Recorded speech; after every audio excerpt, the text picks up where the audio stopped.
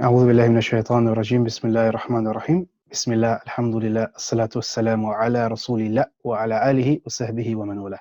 Assalamu alaikum wa rahmatullahi wa barakatuh. Jazakallah khair for everybody attending, and welcome to another session of Islamic Parenting 101.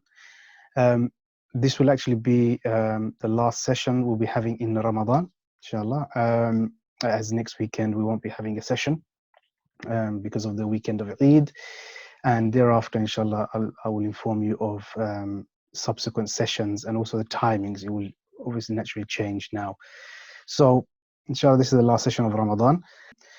This is the 7th session we've had, and alhamdulillah we've covered many different topics across the 7 weeks, and so I feel that this is a really important topic considering the number of questions myself and my wife have been receiving from parents. And we felt that today's topic was really important. And a lot of it is because parents are sometimes on edge. There's a lot happening, there's a lot of things that they're juggling with, and sometimes it can become very difficult for parents. And so we want to discuss and look at how is it that a parent can kind of reset themselves, almost press the reset button to rejuvenate, re-energize, so they can be the best parent they can be to their child. And so this was a really important topic we felt that needed to be covered. And I think parents might have felt more pressure during the lockdown because now you're with your children more than you were perhaps before when they were in school. So again, a very important topic to discuss. Before I start, I actually want to just get a bit of a flavor of understanding of what is it that is causing parents to get to that point. And you could say a point of breakdown, you could say it's a point of being stressed, on edge. What is it that gets you there? So please feel free, use the chat function, or you can raise your hand and I'll unmute you, inshallah. So what takes you there? What makes you get to that point?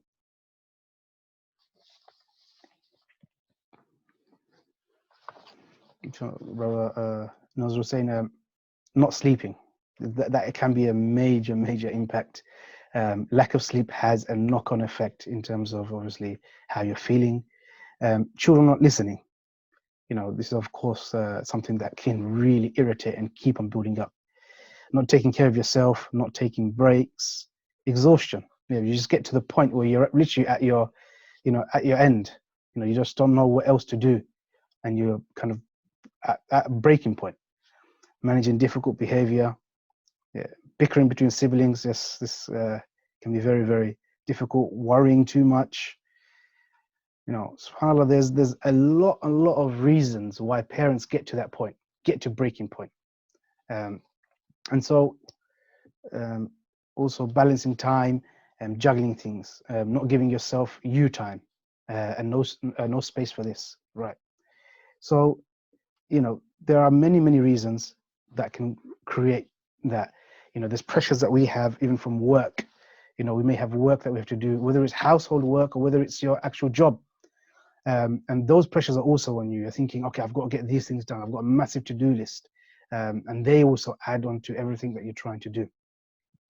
So while we've discussed a lot of things regarding our children over the last 7 weeks, and we do our utmost to make sure our children are healthy, physically, mentally, emotionally, looking after them, all of those things are paramount, and we give so much focus. And the parents, especially children as they're growing up, the early years, this is what it is. It's about giving that time, sacrificing.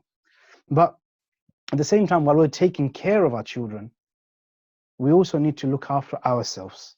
We also need to look after our own mental health and our own physical health. Otherwise, what ends up happening is you get to a point where you become stressed, you become unfit, you become exhausted. Now, if you're in that position where you are stressed, exhausted, unfit, then how can we become the best parent we want to be? So today's session is all about us, all about you as a parent. How is it that we can be our best selves? And to be our best selves, sometimes we need to know how is it that we can look after ourselves. So today, inshallah, we're going to go through different things, and some of the things are quite simple and apparent, and you're probably already aware of it. But what are the things that you can do to help rejuvenate yourself, to almost press that reset button. You know, those who understand computers and would know that, you know, when the computer, sometimes you turn it on, running lots of different applications, the RAMs, you know, if it's limited in its capacity, it starts to slow down the computer. Whenever you restart the computer, the RAM is wiped clean or resetted, and then it starts again and you have more space. And naturally, that's what we need to do. We just need to press that reset button. So inshallah, we'll go through some methods of that. And today I'll be going through something which, inshallah, you've not come across before. It's something new. It's what I've termed the 10 zones of resetting. Yeah, the 10 zones. And inshallah, as we go through each zone, they're all very, very important. Underneath each one, there are many things that can be done. And inshallah, that will help to reset and re-energize yourselves, inshallah. So, okay, there's some, okay, inshallah, we'll come to those points. Okay, mashallah, this just so I just thought I say the comment. There's a comment from one of the anonymous attendee, brother saying the lack of social interaction, especially for men or as men, we don't tend to talk much, and then our wives don't really understand the whole concept of Venus and Mars at play. So sometimes that can also be a massive factor, and that is underarching factor. A lot of questions that we receive via WhatsApp, myself and my wife, has been regarding some of these, that husbands don't understand the wives or wives vice versa, and some of these do have a big impact. Men needs a den, and not having sleep, feeling irritated by the smallest of things, especially with children. Inshallah, we will discuss these points, inshallah. So let me just start the screen share. And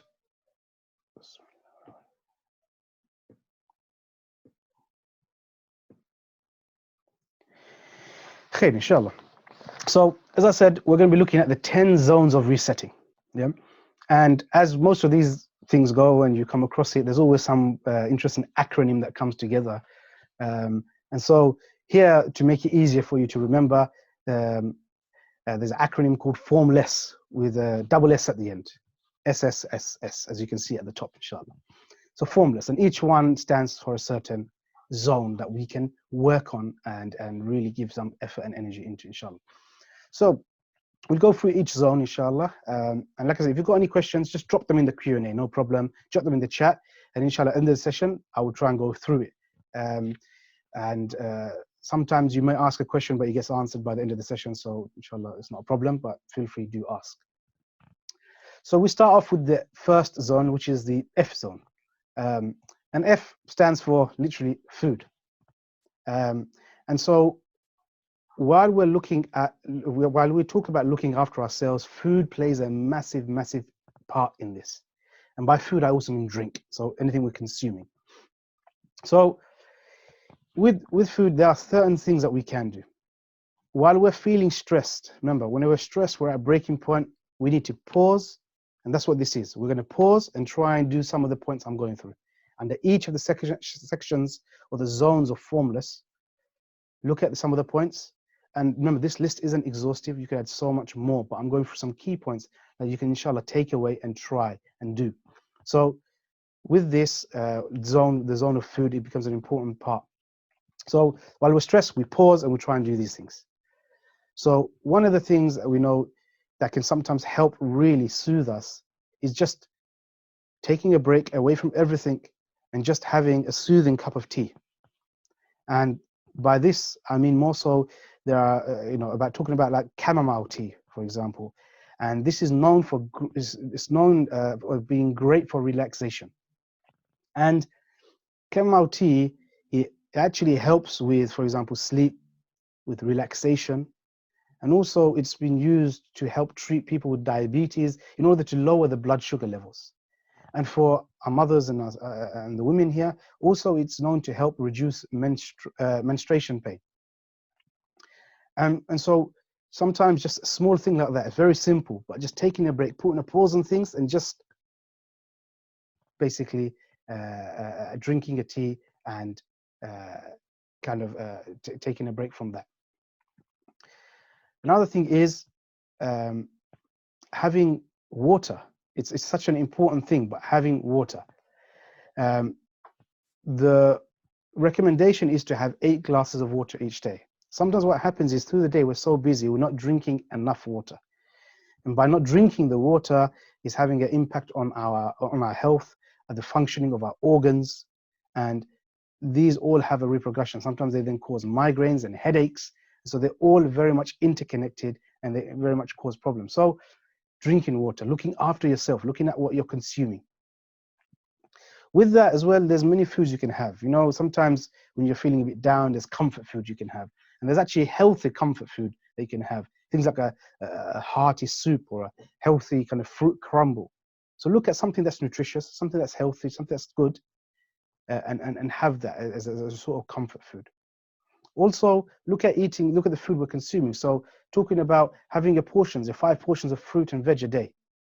By having that, it's good. Goodness and khair going inside your body, and those things have a very good impact on your health. If your health and what you're consuming is good, then they have natural repercussions on the rest of your body, your mind, and everything you're able to do.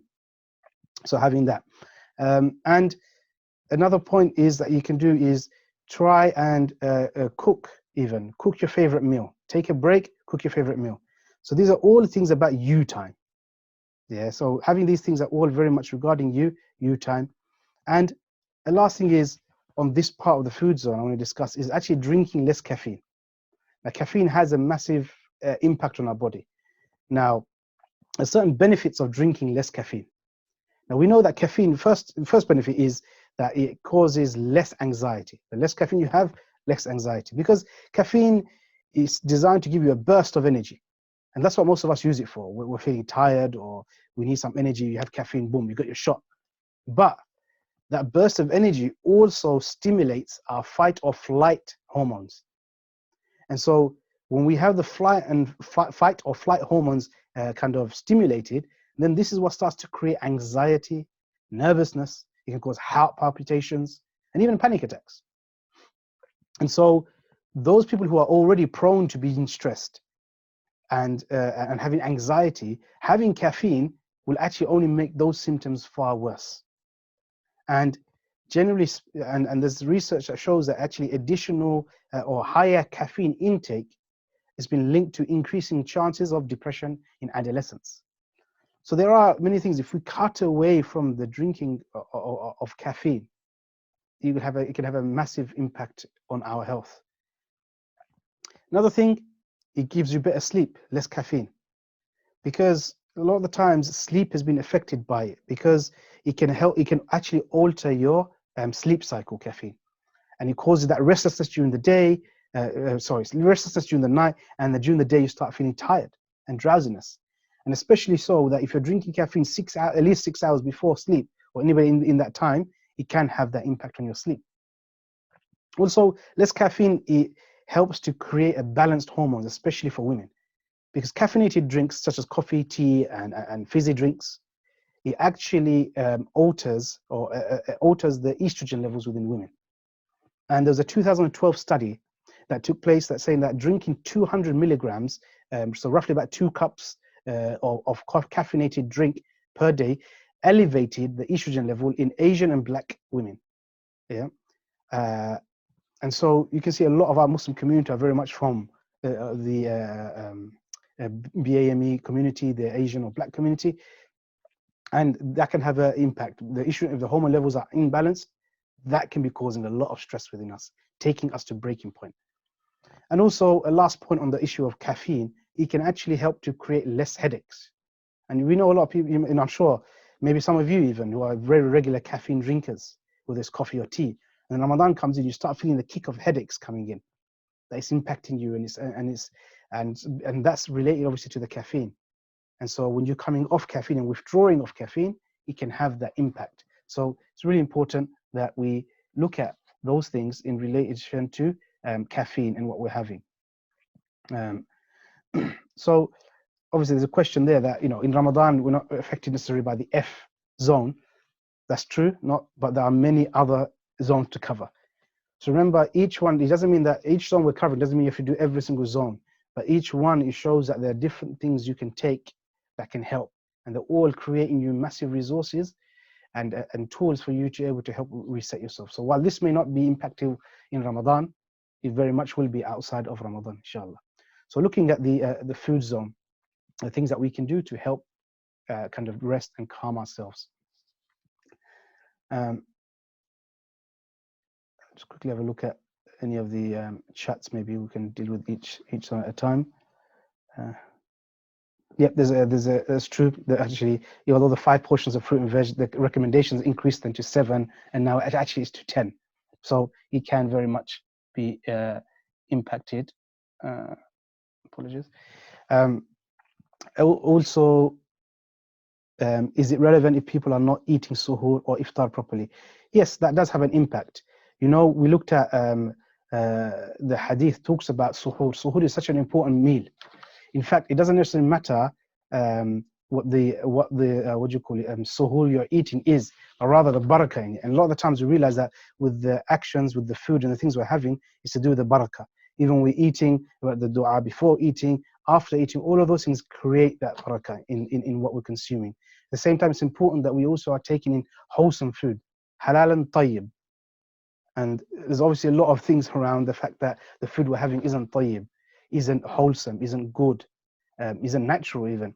So we can definitely look at those kind of elements as well.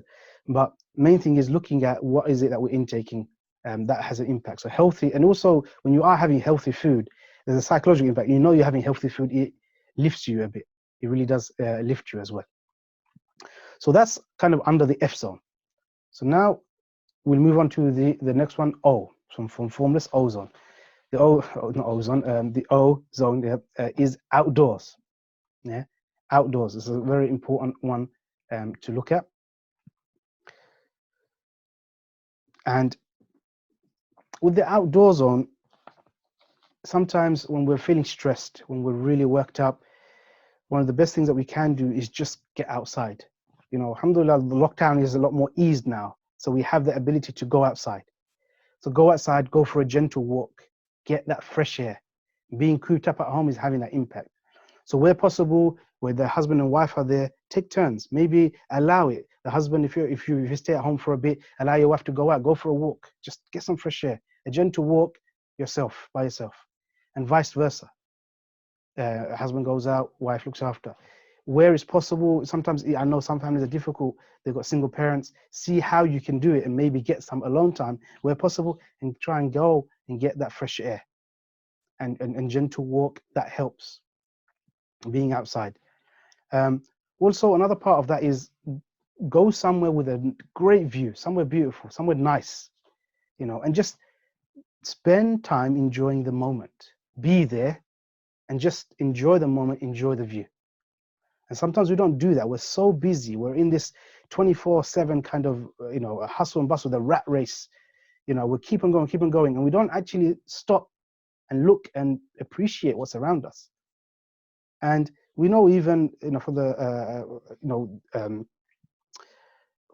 mentioned in the Quran, and even some hadith refer to it, like in looking at nature and reflecting and pondering upon nature, it makes you in awe of the greatness of Allah.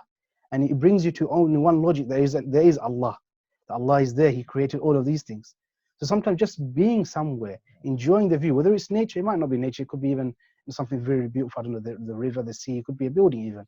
But take that time, pause, try and enjoy the view. And that also helps as a way of relaxing. So remember, we're really busy, pause, do something, and then what happens is you see your mind is now fresh. And then when you come back into the situation, you're coming back in with a fresh mind. And also another part of outdoors, those who are maybe fortunate enough who do have some green space, go out and do some gardening. Now it's proven, there are lots of statistics that come out in regards to gardening, that people who garden, it helps to reduce stress, and it helps them to sleep better as well. And a lot of questions were like regarding sleep. We get stressed out, we can't sleep, we don't get enough sleep.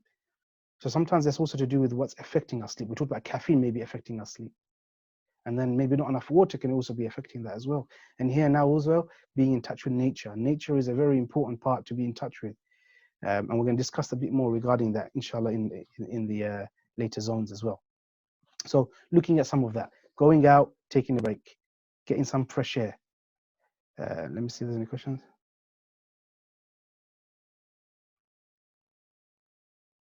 Somebody saying it seems somewhat stressful going out with the family, kids fighting, when the wife's slowing one down, and it's not so memorable. Plus, you don't have you time. Should the family time outdoors be encouraged? Here, this is all about you time. Yeah. So what we're discussing here isn't about going out as a family. We're talking about you as an individual taking that break. Now, not everything here may be practical for you as a family because of your circumstances. So that's why we're going through an array of things, inshallah, and that we can try. So some we can do at home without having to go out. Some where you're at home, some where you're outside you can do, and so on. So try and look at all the different options. But yes, this is all about you time. When women are going out, it means you by yourself. If the family are there, that's not going to be happening. And yeah, as I said, some people can take a break, can allow others to look after maybe the children while you go out. As I said, those who have got husband, wife, try and alternate, try and share and split that to allow to be kind of rejuvenated. And we move on now into the next zone, which is the R zone, which is rest. Now, with rest, where possible, again, everything I say is not always going to be possible for every parent. That's why there's an array of things. But where possible, try and lay in if you can on a day. If you have a husband and a wife, you know, they are both there, then maybe one day the husband will get up early, allow the wife to rest and lay in, and vice versa. You know, to allow that to happen, lay for another 15 minutes in bed in total silence. You know, almost like you've woken up, now you're awake, but lay, total silence. Just that even itself sometimes can help to reset and get you prepared for the day that's coming, for what's, you know, for all the tasks and everything else you need to do. Just silent, not thinking too much, just relax and lay in bed. Really linked to that as well is going to bed early. So what we're saying, laying for a little bit, also go to bed early. If you're going to bed early, that will give you more time to get sleep. A lot of these things, yes, it's not necessarily practical in Ramadan. I understand that, inshallah, but we're talking about in general. Some things you can apply in Ramadan, some you can't. So take that as we're talking about the general way of resetting, not just in Ramadan. Also, another thing, part of rest is sometimes, you know, have a bath. Having a bath and having a bit longer, just relaxing. Because being in the bath and water, it helps to reduce your blood pressure and lowers your blood pressure and can lower your heart rate. So that is also a means of that. And especially as well, where possible, take some extra time in the shower. Now, showers, you know, there's actually a lot of benefits behind washing and showering. And I'll go through some of them. So by showering, you know, especially in the early mornings when you wake up, it can give you a boost of energy. And it helps to give you that burst of energy, allowing you to now continue and go through the day. Also, by showering, it helps to decrease stress. So if you wake up and you've got a racing heartbeat, you're stressing all over, and you've got like a million things on your mind, you know your to-do list is crazy today, you're stressing over all of that, wake up, have a morning shower, and it really helps to alleviate that feeling. And it's known as well, taking a colder shower actually is a good way of increasing the oxygen supply to the brain and decreases your stress level as well. So trying to do that. Also with the showers, it actually improves your blood circulation. So morning showers, this is what I'm referring to the most. It improves the blood circulation because the water causes your blood to rush to the skin surface. And so this is helping it to move around more and that circulation happening. And it helps to transfer the nutrients to different parts of the body. And also is known to help with things such as hypertension, the varicose veins that can occur. It helps to reduce those. And that's why there's something called hydrotherapy that's used. And it's a therapeutic use of water. And it's, a lot of it is done to help to improve the blood circulation. And it's used on certain patients as well. And lastly is showers can also help improve concentration. I don't know about you. I, for one, I said to my wife, which is that when I'm in the shower or if you're having a bath, for example, you know, that's when I get so many ideas. I'm relaxing, but you're in the right stimulant mind frame, and all these amazing ideas happen. You know, and I have all these fantastic ideas and you know, of things to do, and they all come in. Sometimes even ideas for webinars come in while I'm in the shower. And so they're actually a very good way. It does help to improve concentration. It also helps to start spark off ideas for yourself as well. And with the last part kind of the R zone that I want you to kind of discuss is sometimes we may find it, some people I know find it hard to say no. When people come to them asking them, can you do this for me? Can you do that for me? Sometimes they find it hard to say no. If you really want to look after yourself, sometimes you have to learn to say no. So that means no to any extra projects or activities or tasks that you don't really have the energy to do. So really focus on that and say, like, look, no, I can't. And there's nothing wrong in saying that if you're unable to do it, because we might be thinking, oh, we can't say no, we should say yes, it's bad, I might make the person feel bad and so on. But at the same time, if we do any task, we know what we encourage, that whatever task we do, we should do it with ihsan, with the best way of doing it, with the best of effort. And then the hadith mentions that Allah, Allah has ordered for ihsan in everything. That even if you kill, you should kill well. That means that if you're going to kill the animal, you should sharpen the blade and do it in a one strike, try to do it. And so we see that there's perfection, ihsan in everything. That means we give it our best, our utmost. So with any task that we do, we should do it with ihsan. Now, if we're just saying yes because we can't say no, and then what happens is we actually don't do the task well because we don't have the energy and all of those things, then we don't give any ihsan to it. So think of it in that way and say, look, I can't give ihsan to it. It's not possible. I'm sorry. Because sometimes that's something that's happening. We take on too many tasks and responsibilities. So look after yourself. And like I said, that's the rest zone. As I mentioned before, under each zone, there's many more you can add. I'm just giving you some key pointers that we, inshallah, that are applicable and that are easy to take on, inshallah. So that's the rest zone. Now, we go to the next one under M. Now, I've talked about this before, and I'm sure you've come across it a lot. It's called mindfulness, the mindfulness zone. Now, mindfulness is that thing of you being with your own thoughts. You being in the here and now and enjoying. We talked about it before. When we're out and about, sometimes we don't enjoy what's around us. Sometimes just to pause and just to reflect of what's around us. Being in tune with your feelings, your thoughts, and your being. Sometimes we're in a place physically, but mentally we're not there at all. How many times have you been like that? That we're in a certain place. Sometimes, like I said, you might be in a meeting, but your mind isn't there. Sometimes we're in Salah. Our body's there, but our mind's somewhere else. So that khushu is effectively that mindfulness, you could say. Having khushu is probably an easier way, maybe, that we can relate to and understand of each situation, having khushu of that mindfulness. And so to stimulate this mindfulness, a really good way is, especially being in lockdown, is every day try, open the doors, open the windows, let the fresh air in. We can feel stuffy at home. Allow that fresh air to come in. Clear it out, cool the temperature in the house. And then try and do this, again, remember these are all by yourself we're talking about, is try and put a technique of deep breathing. So you close your eyes and you do the deep breathing. Try this for 5 minutes. So breathing in, deep, holding your breath, and exhaling out until, all of it out. And then doing this again and again. And you keep on doing this process. It's called deep breathing. And it's known that deep breathing actually helps to decrease stress. And it helps to increase your energy, and it helps to lower your blood pressure. Now, alhamdulillah, really, if we're going to discuss this a bit later on regarding Salah, but Salah plays a certain role of this kind of, has this kind of impact as well. But try and do that deep breathing, and that has a way of really calming you down.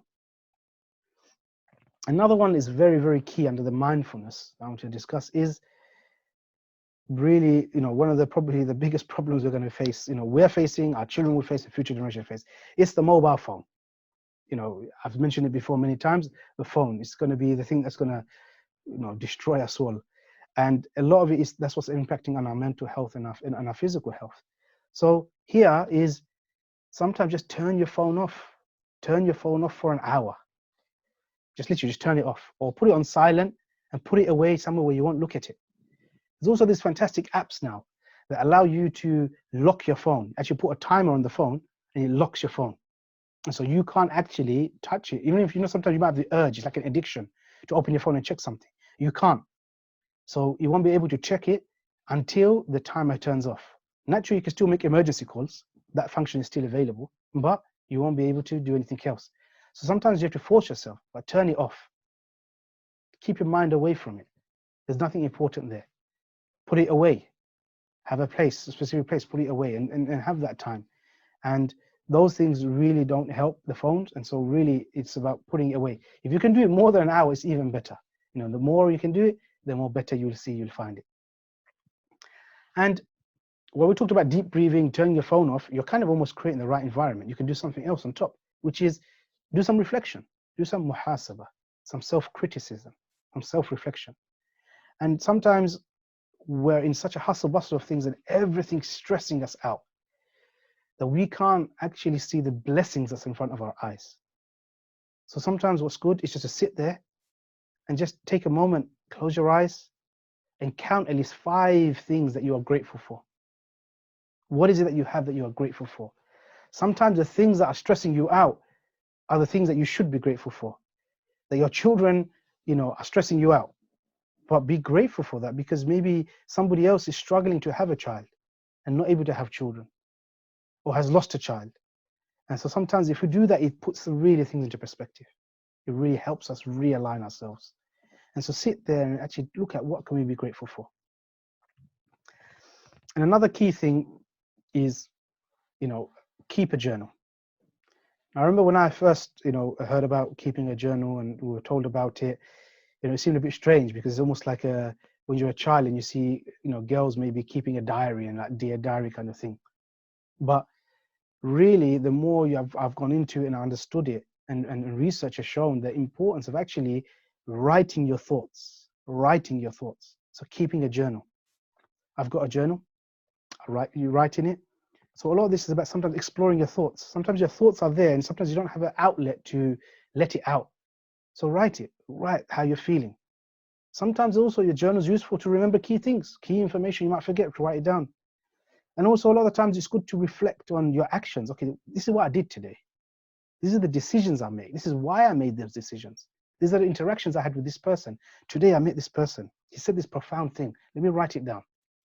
And so this is what it is keeping intact with your thoughts.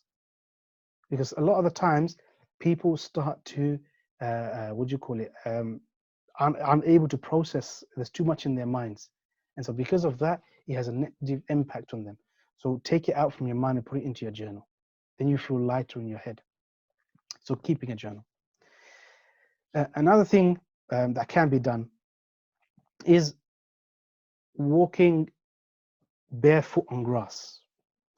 Now, if you've not come across this before, you might think, oh, this is very weird and something strange. But believe me, there's science behind it. But it's something called grounding. Yeah, so it's basically you walking bare feet on the grass. And it's you connecting with the earth's natural energy, because there is a natural magnetic force on the earth. And it helps to connect you to it, grounding. And we know that this is also actually something that we know that we were created from earth, from clay. So we are from this earth, we are from the earth. And so we have got that direct connection to it. And by walking on it, there are energies, actually is energy that goes through, and that is called grounding. And that really does help. And there's a whole thing about it. So do look into it, grounding a bit more, and you'll understand a bit more. But walking barefoot on the grass. What it does do, it actually helps to relieve stress as well. And those who know a bit more about reflexology or even acupuncture and other things, you will see that, you know, the feet and the nerves and everything around your feet, they're connected to so many parts of your body, key organs, such as your lungs, your kidneys, your stomach. They're all connected, all from your feet. The nerves, they're all down there. And that's why sometimes in acupuncture that they do, is if you've got a problem with your stomach, sometimes they do acupuncture on your feet, because they're all very much connected. And so the feet have that. By walking on the earth, this is also another, on barefoot grass, this is something that has a natural health impact on your organs and all of these parts as well. And lastly, that watch the sunrise or the sunset. So being in tune with nature. So this is where it has a massive, it can have a calming effect. So where possible, wake up a bit earlier, see the sunrise or the sunset. And again, try and do this alone. We're talking about all of these are alone. You can also do everything what I've mentioned with family, but a lot of it is about you time. We're talking about resetting yourself. And this has a calming impact on you. It helps you to enjoy nature and the beauty of it. And you can be in awe of Allah's majesty. And sometimes that's what we need to be, just to be in awe of Allah's majesty. Look at the sun, how majestic the sun is. So how majestic must be the creator of the sun, and how powerful he must be. And it just puts you in awe and puts things into perspective and reflection of you. So these are really, really important things that we should take reflection of in regards to the mindfulness zone, M. Now we'll move on to the next one, which is the L zone, which is the learning zone. Now, under the learning zone, there's different things that can be done, but in a stress-free way. Now, one of the best things, that you can do to help calm yourself is to read a good book. Just pick up a book and read. Reading has multiple benefits, and it has it's endless. You can just research so much into just the benefits of reading a book. And it doesn't have to be. Try and sometimes pick up a simple book, something where your mind can easily drift off. Pick up a novel, pick up a biography even. You can pick up Islamic books, non-fiction books. It's not a problem. Fiction, non-fiction books, but read, because it's noted that reading it creates mental stimulation, and it's an exercise for the brain. It allows your brain your brain is actually almost like a muscle, and it needs to be exercised. It also helps with depression. It's known to help with depression. It helps known to lower stress and the tension levels, and it helps to boost your sleep. Sometimes a lot of the times I've had it where you read a book and then you doze off to sleep. It actually helps sometimes a good way of getting you and helping you nod off and doze off to sleep. So reading a book, there's many benefits. I don't want to go into all of them, but like I said, books really do help. It's you time. Just sit there, pick up a good book and read. Another one is that you can do is learn a new skill. It's a complete new skill, something new. There's many things out there you could do from online, or and YouTube videos help you to learn it. Obviously, if things are a bit more normal, you can go outside. There may be classes to learn new skills. Learn something for you, just for you. And that's what I mean by the you time. So learn it for you, something that you can enjoy, and you can learn something new. It helps you develop those skills, and it takes your mind away from everything else. It takes your mind away from that stress, because that skill is something done in a leisure capacity and not done as something a necessity for, say, work or life. And another part that's kind of interconnected to reading a book is join a book club, or maybe even start a book club with some friends. Now, by joining a book club, it has an impact because there's a social impact to that. It helps you to make new friends. It also helps you to share ideas. Sometimes you read something, share ideas. It also helps you to learn new ideas from others and see other perspectives. So many times I've had that where I've read a book and I discuss it with somebody else. And we've both read the same chapter, but we have different perspectives of what did that chapter really mean. Or sometimes we have different intakes. There are sometimes different messages that we can take away from it. And right at the beginning, if you remember the first webinar we did, the first one on managing behavior, we talked about perspectives, that we could be both looking at the same image, but see complete different things. So perspective, it does help to help with that. And also encourage you to learn and also to read more as well. And it's done in the most natural and calming way. It's something for you, that learning zone. There's obviously much more you can do under the learning zone, but there's just a few there for you, inshallah. And we'll go into the last one, which is the E zone. And the E zone is the exercise of this, on this slide, the last part.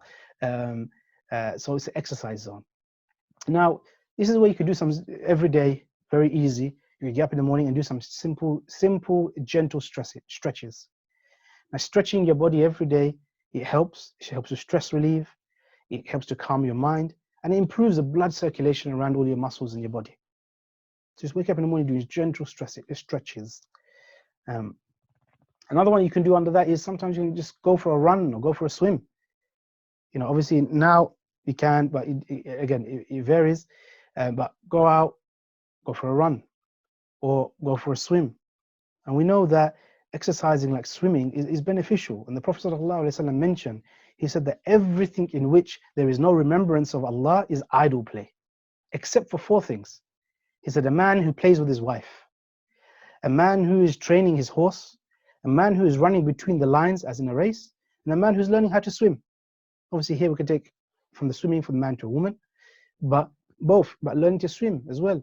So there is some benefit in this, from this hadith, which is narrated in An-Nisa'i. So learning to swim, go swimming. Swimming is a massive, great stress relief. Also a good exercise, and it helps to calm. Again, you're underwater, so all of those things about helping you to, if you're just floating in the water, even it helps to reduce your blood pressure and your heart rate, and it's a good exercise. And also it helps to tire you out, which helps also your sleep as well. And linked with that last one, naturally, exercises. If you can, go to the gym. Those who go to the gym know that it can make you feel happier. It helps with sleep and relaxation because it does, it helps you tire you out and boost, and your body is recovering and repairing, and increases your energy levels. Those who are more active have more energy. And so we're looking at that, the exercise zone. There's other things that you can do underneath there, but here's just some outlines of it. So we've gone through so far 6 of the 10 zones of formless, inshallah. And now we're going to go through the last ones, which are basically the remaining S's.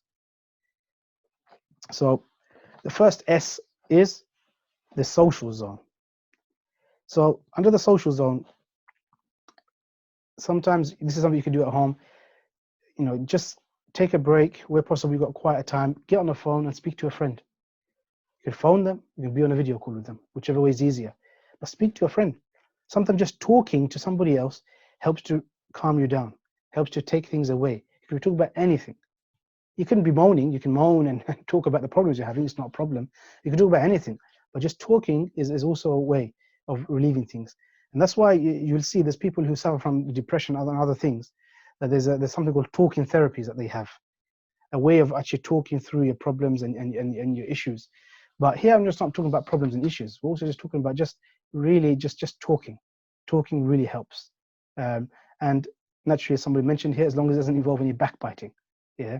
So, we should avoid obviously the gossiping and the backbiting, but talking. Talk about anything. Talk about something you've learned. Let's talk to somebody. And where possible on the social side as well is, try and arrange going out for a coffee, go for lunch. Obviously, this is the last week of Ramadan now coming. Thereafter, Ramadan will be gone, but try and arrange for that. Go out for grab a drink, and go for lunch. Go and speak. Go and relax. And just having that social interaction is something really important, because you might be all the time with the children, especially for mothers, they're all the time with the children. So sometimes they can get a break and have that adult interaction. That really helps, and that helps to also de-stress them as well. And also sometimes, just speak to your spouse about nothing. Sometimes we do interact, you get married and your husband and wife, there's always something you're talking about that's important, imparting instructions or information. But sometimes just sit there and just talk about nothing, literally nothing, meaning just random talk, and you go somewhere and it takes you somewhere, and that helps you take your mind off things, de-stressing, and in another way to kind of feel okay again. Sometimes it's nice just to talk about anything and nothing. So looking at that, there's obviously, we are humans, we're social beings. We're created that way. If you look back at the time of when Allah created Adam alayhi salam, and he was in Jannah, what did he, and he was around the angels, you could see the angels, but what did he yearn? He yearned for companionship. Because we are humans and we're made in that way that we need human interaction, we need that social interaction. And so from him was then created his wife Hawa. And this is, although this is a companionship as in a husband and wife, this is also the social element that's required. And so we need that social interaction all the time. And so the more we can have that social interaction, is good. And so sometimes we have the break, have the social interaction, take that away from yourself. The next S zone is the Sadaqa zone. So now we're going into Sadaqa. Now sometimes from the Sadaqa, remember we're looking at the broad understanding of what is Sadaqa. So sometimes a Sadaqa is that you do something kind for a stranger. I mean, somebody you don't know, to help them, doing something kind for them. And you're doing it, if you don't know the person, you're doing it for no other reason other than just being kind, other than just to help them. Nothing you're going to get in return. This altruism. And sometimes by doing that, there are benefits to that. It gives that almost sense of purpose and satisfaction. It can make you feel happy. It also spreads generosity. Other people see you being kind. Kindness breeds kindness. And also, it can sometimes also help you to look at your own blessings. You might be helping somebody who's in need, who's unable to do something, but you're able to do it. So it gives that perspective again. We talked about that muhasaba before, looking at what you're grateful for. So you can bring that element of what is the blessings that we do have that we don't always count every day in our life. Also from the sadaqah is the sadaqah we also understand. Give the sadaqah, give the money, give the charity. So give some money in charity. Give it to a project, to an orphanage, to whatever it may be, give. Because we know by giving money, also Allah purifies your wealth. And by giving it, it's an investment in the hereafter. And if we think of it in a psychological sense, every time I spend, I'm investing, that makes you feel better. I'm investing, I'm saving for the akhirah. And also we know that the more you give, Allah gives you more. The more you give, Allah will purify and give you more. You look at the story of Uthman radiallahu anh. Allah gave him wealth. And he gave more fi sabilillah. And then because he gave more, Allah gave him more so he could give more. And so keep on giving, Allah will give. So give sadaqah. And the last part is, a part of sadaqah, as we know, is the smiling. The hadith talks about it, that to smile is sadaqah. So smile and smile at others. You know, smiling is known to help reduce blood pressure. It's known to increase your endurance. It's known to reduce pain and reduce stress levels. And it strengthens your immune system. There's so many things, and a smile is infectious. If somebody smiles, another person can't help but smile. And you know, spread that smiling. And smiling, again, it releases certain hormones in your body. Again, the feel-good hormones as well, and make you feel better. So really, you know, give that, you know, follow the hadith, follow the Prophet ﷺ and his example, and give that into the different forms of sadaqah. It's all about giving, and the give, inshallah, it will make you feel better. And then we move on to the last, or second from last one. The next one is the spiritual zone. Spiritual zone. Now here, we're going to focus specifically on the ibadah that we can do. So here, we know naturally Quran. There's nothing better than the word of Allah, the beauty of the Quran. So sometimes just to take a break from everything, just to read Quran, read. Also to contemplate on it. So sometimes read the tafsir of it. Understand the meaning of the verses, the tafsir of it. What does it mean? Reflect on it. Sometimes just to sit there with the ayat of Quran, read the translation and just reflect, like, what does it mean to me? What is Allah saying to me? Make it personal. And that can help. While we're talking about the recitation and understanding and the contemplation of the Quran, also listen to the Quran. Sometimes we can't always read. Play it, listen to it. That's also a soothing impact on it. The beautiful recitations, the different qaris that are out there, that can help. So reading, contemplating, listening to the Quran. Another one is Salah.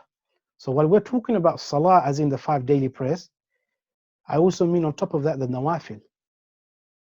So pray your Salah, and in this one is when you're praying your fara'id, pray with khushu and concentration. But I'm saying here as well, sometimes take a time out in the day, you're feeling a bit low, you're feeling like you need to re-stress, you just need to reset. Get up, pray 2 rakah. As long as it's not in the waqt, as in when the sun is at its highest or the sun is setting. Pray 2 rakah. Help to calm you down. You know, and so and do that. And the Prophet ﷺ, he remember the coolness in Salah was the coolness of his eyes. It's what he would do to calm himself as well. He will do to you know, sometimes when he's to connect with Allah, to increase in all of that spirituality. That these things are really important. But there's the benefit in that, in the nawafil, in praying, even at night time. You know, obviously in the tahajjud is there, but we're doing a lot of the time during the day when we're feeling stressed. You can then pray any of the time. And lastly, with the element of the spirituality part is the adhkar. Nothing is better than the remembrance of Allah on the tongue. And there are many things we know. The hadith that talk about it, where he says, Subhanallah bihamdi subhanallah azim, is heavier on the scales on the Day of Judgment. And the adhkar we can do after salah. But more focus here is the adhkar of the morning and evening. There's the morning adhkar and the evening adhkar. But us doing the morning and evening adhkar, this also acts as a protection for us and our families. And it's a means of setting and starting off the day in the best way possible. If you recite your adhkar in the morning and you do Quran in the morning, then your day, inshallah, is set off in the best way. And that will help you to stay calm and to be able to rejuvenate yourself. And by the time the afternoon comes, again, go back to remembrance of Allah. Say the adhkar, contemplate over what are you actually saying. Yeah? And there's many things within the adhkar, the istighfar that's there. And the Prophet ﷺ would do istighfar 100 times a day. And the hadith, some say more than that. So to do that. And these are ways of resetting ourselves. Now we'll move on to the last zone, inshallah. The last S of formless, with the 4 S's, is the support zone. And here, what's really important is, as us, as parents sometimes, and a lot of this I do say, sometimes I do feel that most of the question comes from mothers in regards to how they're feeling because they're overstressed, they're worked. Maybe some of them say they're not getting support from their husbands, or maybe they're single parents. And so there can be impact. But at the same time, fathers can also go through the same thing. But having a support network is so important. So it's important you identify a support network that you have. So these are people that you can turn to, that you can talk to, that can give you that support. That support sometimes can be just that they listen to you. There's nothing else. Sometimes they have to advise you. Sometimes you need a sounding board. I know sometimes when I'm worked up or sometimes I'm frustrated with something or I'm confused, I don't know, I need to work something out. I sometimes will say to maybe my wife, I say, look, the example of my wife, or I say to a brother that I know, I say, look, I don't want nothing in return. I don't want advice. I'm just going to talk. Let me just talk. It's a soundboard. It's literally, I'm just talking. It's bouncing off. And sometimes through the talking, I've worked out the answer myself. Through the talking, I've calmed myself down. So it's not always the case you need the advice. Sometimes just advice is there as well. So that support network that you do have, identifying it in each category that you have. So identifying someone within your family that can be a support network that you can always turn to. It could be a sibling, it could be your parents, grandparents, it could be cousins, whoever it is, aunties, uncles, whoever you do have, somebody that you can turn to, that you can speak with. Identify somebody maybe within work. So within your work, that's somebody that you maybe can speak to. So when you're in your work setting, you know there's somebody that's there. Or maybe identifying a friend or an old friend that you have that you can go back and reconnect with and speak with. And also it could be other parents from school. So you know other parents out there from school, somebody that you can speak with. And another one is somebody from the community.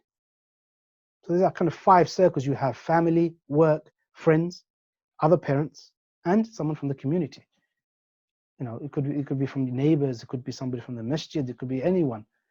And identify people in those different areas that act as your support network, that you can turn to, that you can speak to, and that they can help, inshallah, and support you through this. So inshallah, these are the 10 zones.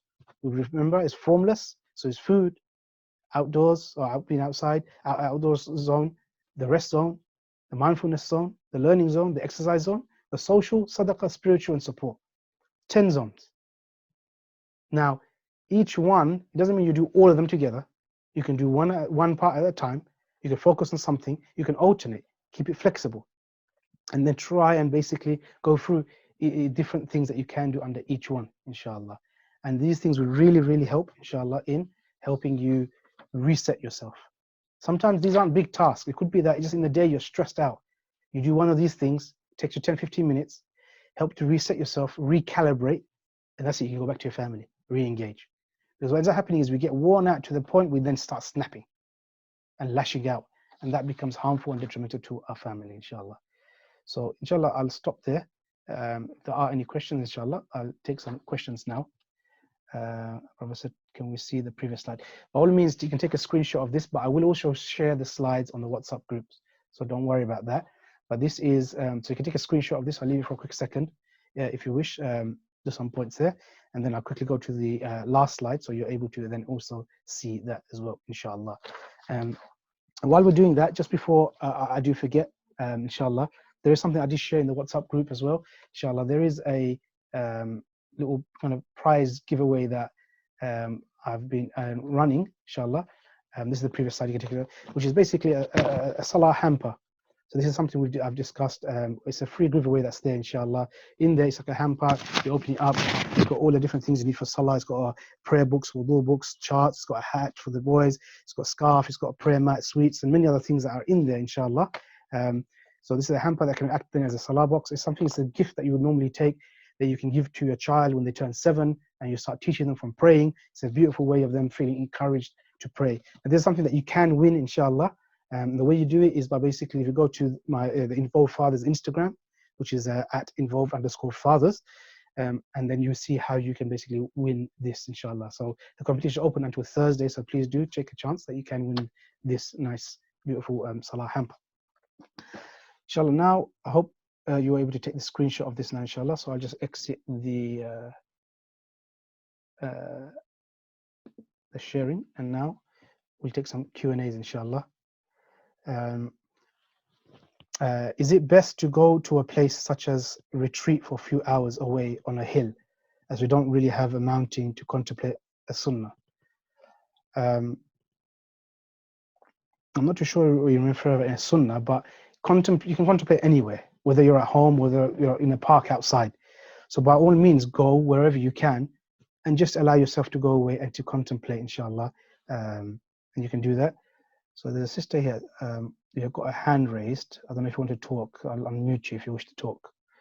Or if you've got a question, you can say. Sister J. Khatun. Also, Sister Fatima's also has a hand raised. I'm not sure if you wanted to say something. You can. It's unmuted for you, or you have to unmute yourself. So when you do go away, inshallah, you can go anywhere. You can go to a park. You can go to, like I said, a hill. Go to wherever it may be. That's easy for you, inshallah, and just to sit and to contemplate. So that's sufficient, inshallah. You don't have to be anywhere too far away, and make use of it. It could be a little park. You can, like I said, it can even be a view. You can go to a riverside. You know, if you're in, if you've got the riverside, and go there, inshallah. Okay. There's a question here. What's the link to the WhatsApp group? And I'm just sharing that now. For the fathers group is this, and for the mothers group is this, inshallah. So they're the two links, inshallah, that I just been shared in the chat. So by all means, inshallah, if you wish to join the WhatsApp groups, please do that. The WhatsApp groups are only for question and answers, inshallah. The mothers group is full, the first group, so we've created a second group.